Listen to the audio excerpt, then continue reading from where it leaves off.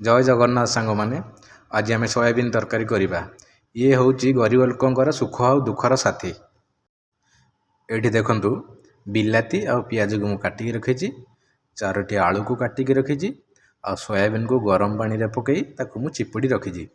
आ सेपट्रे मु अदा आ रसुण आ गोटे छोटिया पियाज को पेस्ट करी रखी। प्रथम कौन करवा, आम जो काटी रखि आलू को आम ताकू भाजवा।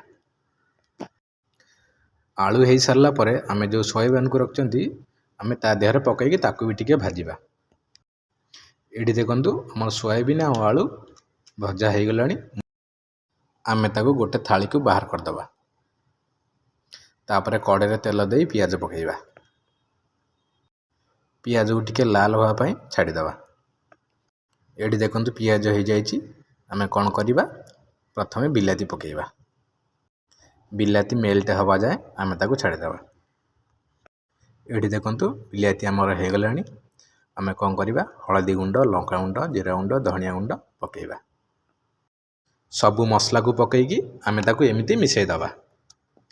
मसला हो गला पर आम रखिथिबा पेस्ट को आम पकईवा। पकई सारा पर आम ताकू एमती मिसईदे। ये देखु आमर मसला पूरा होगी रेडी हो गला। आम जो सोयाबीन आउ आलू भाजिकी रखी आम ताकू एथिरे पकईकि कषिबा। स्वाद अनुसार लुण पकईवा।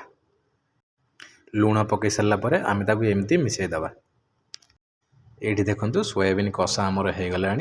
आवश्यक अनुसार पानी दबा आउ ताकू फुटिया पाई छाड़ीदे।